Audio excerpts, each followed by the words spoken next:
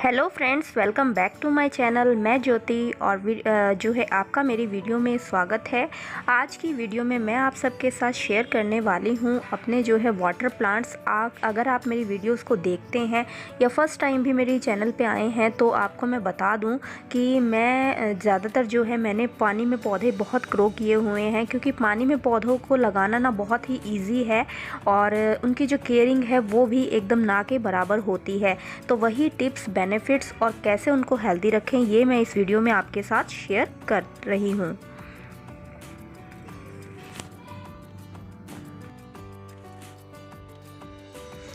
पानी में पौधों को हेल्दी रखने के लिए सबसे जो बेसिक पॉइंट है और बेसिक नीड है वो है सही पॉट का इस्तेमाल, कि आप किस तरीके के पॉट में पौधे को लगा रहे हैं। क्योंकि पानी में पौधे को लगाने का मतलब है कि पानी में ही पौधे का होना। तो हमें जो है बिल्कुल पता होना चाहिए कि पौधे में पानी की कमी ना हो। उसके लिए हम इस तरीके के पॉट का इस्तेमाल करें कि हमें जो है टाइम टू टाइम उसको आते जाते हमें दिखते रहना चाहिए कि पौधे में पानी कितना है। तो उसके लिए आप जो है ग्लास जार्स का या ग्लास के जो होते हैं कांच के ग्लास या फिर कंटेनर्स या फिर प्लास्टिक के ट्रांसपेरेंट पॉट्स का इस्तेमाल आप पानी के पौधों को उगाने के लिए कीजिए।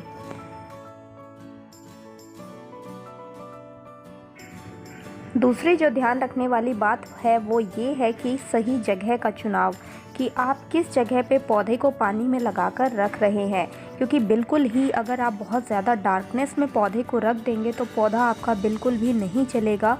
वो आपको 4-5 दिन हेल्दी लगेगा, जब तक कि वो उसके बाद प्रॉपर जो है सनलाइट के अमाउंट जो है वो बाहर से लेकर आया होगा, तब तक वो ठीक रहेगा। और उसके बाद वो मुरझाना शुरू हो जाएगा, भले ही वो पानी में ही हो या फिर मिट्टी में हो। तो हर पौधे को सनलाइट की रिक्वायरमेंट होती ही होती है। तो आप रूम्स में या कहीं पे भी घर के किसी भी हिस्से में अगर प्लांट्स रख रहे हैं, चाहे वो वाटर प्लांट्स हैं या फिर इंडोर प्लांट्स हैं, तो प्रॉपर सनलाइट, और सनलाइट भी अगर डायरेक्ट नहीं है, डायरेक्ट वैसे नहीं चाहिए होती है इंडोर प्लांट्स को, इनडायरेक्ट सनलाइट यानी कि रोशनी, जो दिन की रोशनी होती है वो हर पौधे को चाहिए होती है।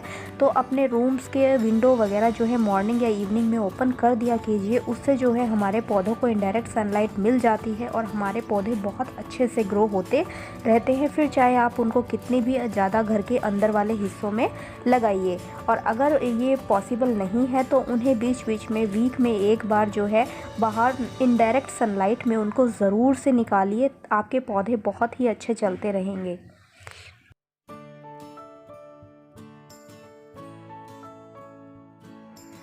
अब अगली जो ध्यान देने वाली बात है वो ये है कि आप किस जगह पे जो है वाटर प्लांट्स रखना चाहते हैं, तो आप कौन से वाले पौधे का वहाँ पे सिलेक्शन करेंगे, आप किस तरीके का पौधा वहाँ पे चूज़ करेंगे। तो मैं आपको बताती हूँ, अगर आपको अपने घर के बिल्कुल अंदर वाली जगहों पे रखना है, आपको लगता है कि बहुत हल्की फुल्की सनलाइट रहती है, रोशनी बहुत कम रहती है, तो आप मनी प्लांट्स जो है बिल्कुल एकदम एवरग्रीन वाटर प्लांट्स हैं, तो आप मनी प्लांट्स का यूज़ कीजिए। बिल्कुल केयर की ज़रूरत नहीं पड़ेगी और आपको बहुत ज़्यादा वरी नहीं होना पड़ेगा कि मेरा पौधा चलेगा या नहीं चलेगा, क्योंकि डेफिनेटली आपका पौधा चलेगा।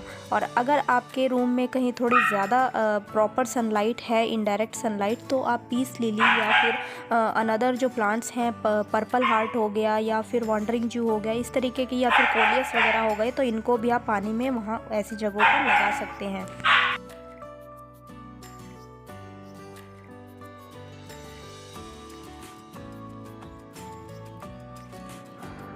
अब आगे हैं कुछ ध्यान रखने वाली बातें जिनसे कि हमारे पौधे जो हैं फ्रेश रहेंगे। सबसे पहला पॉइंट है कि जब भी आप पानी में प्लांट्स लगाते हैं या इंडोर प्लांट्स लगाते हैं तो उन्हें फ्रेश और हेल्दी रखने के लिए टाइम टाइम पर उन्हें पानी का जो छिड़काव है उनके ऊपर करते रहें। उसके लिए आप छोटी सी स्प्रे बॉटल भी ले सकते हैं, या फिर मैं कहूँगी कि सबसे बेस्ट आइडिया है कि आप अपने बाथरूम में जो शावर है उसके नीचे आप अपने प्लांट्स को रख दें और शावर को हल्का हल्का सा चला दें। उससे जो जिद्दी गंदगी जो पत्तों के ऊपर चिपक जाती है ना, जो बिल्कुल छोटे से स्प्रे बॉटल से भी साफ़ नहीं होती है, वो भी एकदम से उतर जाती है, क्योंकि पानी का जो प्रेशर है वो काफ़ी अच्छा होता है और आपके जो पौधे हैं उनके लीव्स या फिर पौधा बिल्कुल एकदम से बढ़िया तरोताज़ा और चमकीला हो जाता है। और पौधे का जो है ना सारा ऑल ओवर जो है उसकी वॉशिंग अच्छे से हो जाती है। अब यहाँ पे फ्रेंड्स मैं आपको बताना चाहूँगी ये चीज़ कि ये देखिए, मैंने अपना ये पीस लिली का प्लांट जो है पहले एक कांच के जार में ही लगाया हुआ था, लेकिन वो कांच का जार जो है वो छोटा पड़ गया था एक टाइम पे आके, क्योंकि रूट्स बहुत ज़्यादा डेवलप हो गई थी। तो मैंने ये एक बकेट डेकोरेट की थी, तो मैंने सोचा चलो कुछ दिन में इसमें लगा देती हूँ, और मैंने वही एक सबसे बड़ी गलती की, इसको इसमें लगाकर मैंने इस बकेट में लगा दिया। और इस बकेट में लगाने से मेरे को क्या लॉस हुआ कि मेरे जो पीस लिली है इसके प्लांट्स के जो पत्ते हैं वो येलो होने लगे, क्योंकि मुझे पानी का पता ही नहीं चलता है।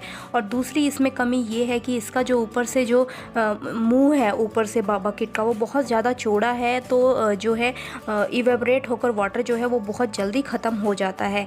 तो आप ऐसी गलती बिल्कुल भी ना करें। जब भी आप प्लांट्स लगाएं तो एक प्रॉपर जो है वो ही वास यूज़ करें पौधे को लगाने के लिए। तो ये है मेरा पीस लिली का पौधा, जिसमें कि लगातार नई लीव्स जो है सर्दियों में भी आ रही थी, कंटिन्यू इसमें न्यू लीव्स आती रहती हैं, लेकिन इस बकेट में लगाने के बाद लीव्स जो है येलो पड़ गए।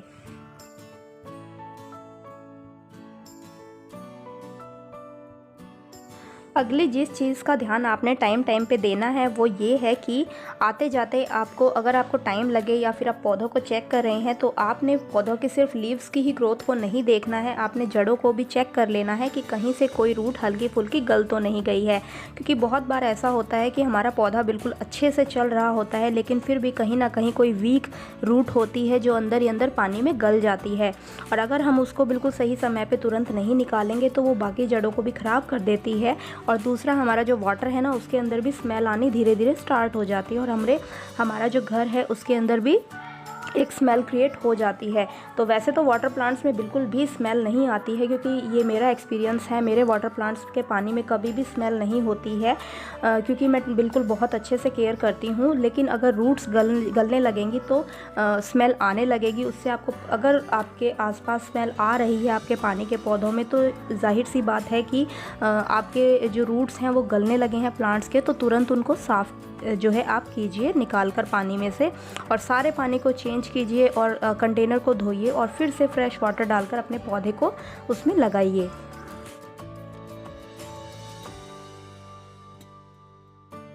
अगली जो ध्यान देने वाली बात है वो ये है कि आपको अपने प्लांट्स को जो है वो चेक करते रहना है कि आपकी जो प्लांट की रूट्स हैं वो पानी में डूबी रहें, क्योंकि कई बार ऐसा होता है पौधे जो हैं हवा से या फिर जो है वजन की वजह से पौधे जो हैं वो सरक कर ऊपर की तरफ आ जाते हैं, और रूट्स जो हैं वो पानी में से बाहर निकल जाती हैं, और हमें अंदर ही अंदर कंटेनर में पता नहीं चलता है कि जो हमारा पौधा है वो पानी के अंदर है या नहीं। तो उसकी जो है उसका साइन ये है कि आपको पता लगेगा कि धीरे धीरे आपका कोई भी पौधा जो है वो हल्का हल्का उसके लीव्स जो हैं वो मुड़ने शुरू हो गए हैं, मुरझाने शुरू हो गए हैं, तो इसका मतलब पौधे के जो रूट्स हैं वो पानी के अंदर डिप नहीं है।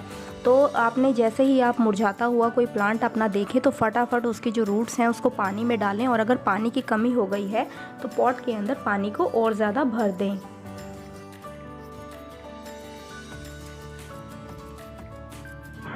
बहुत ज़्यादा पेबल्स डालकर या फिर बहुत ज़्यादा छोटे छोटे पत्थर डालकर वाटर प्लांट्स को ना उगाएं, क्योंकि जो है उनकी वजह से ना हमारा पानी बहुत जल्दी हमें गंदा सा डर्टी सा दिखने लग जाता है, और फिर हमें वो हर बार चेंज करना पड़ता है। तो कोशिश कीजिए कि बहुत कम पेबल्स डालें, या फिर अगर पेबल्स आप नहीं भी डालेंगे तो भी प्लांट्स बड़े ही सुंदर लगते हैं।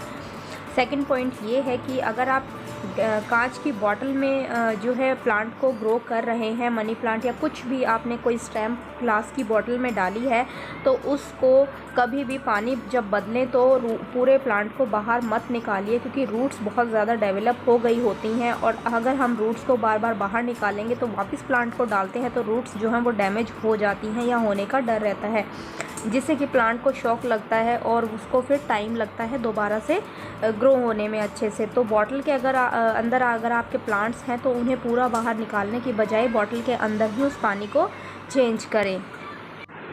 अगली चीज़ जो आप कर सकते हैं वो ये है कि अगर आप कटिंग्स ग्रो करते हैं तो आप छोटी छोटी कटिंग्स को भी इन वाटर जार्स के अंदर जो है डाल कर रख दीजिए। जो रूट्स हैं वो बहुत जल्दी डेवलप होती हैं। ये देखिए मेरे 4 से 5 दिन के अंदर मेरे कोलियस में ये रूट्स आई हैं, और इससे पहले जो रूट्स आ चुकी थी वो मैं गमलों में लगा चुकी हूँ, और ये है मेरे नए प्लांट्स। सिंगोनियम में भी काफ़ी अच्छी रूट्स आ चुकी हैं और 3 से 4 नई लीव्स भी इसमें ग्रो हो गई हैं। तो वाटर प्लांट्स में आप ये काम भी कर सकते हैं। तो फ्रेंड्स, ये थी मेरी आज की वीडियो, जिसमें कि मैंने आपके साथ शेयर किया कि किस तरीके से मैं अपने वाटर प्लांट्स की केयर करती हूँ। तो मैं जो है टाइम टाइम पे अपने प्लांट्स की इसी तरीके से केयर करती रहती हूँ और बहुत अच्छे से ध्यान रखती हूँ, इसीलिए मेरे प्लांट्स इतने ग्रीन और सुंदर जो है रहते हैं। और मेरे रूम्स के अंदर भी ये बहुत अच्छे से ग्रो करते रहते हैं, जहाँ की सनलाइट वगैरह कुछ भी नहीं आती है। तो ये थे थोड़े से कुछ टिप्स जो कि आपको ज़रूर हेल्प करेंगे आपके प्लांट्स की हेल्थ को इम्प्रूव करने में। तो फ्रेंड्स, ये था आज का वीडियो। आई होप आपको वीडियो बहुत अच्छा लगा होगा। तब मिलती हूँ आपसे एक नई वीडियो के साथ। बाय बाय फ्रेंड्स, अपना ख्याल रखिएगा।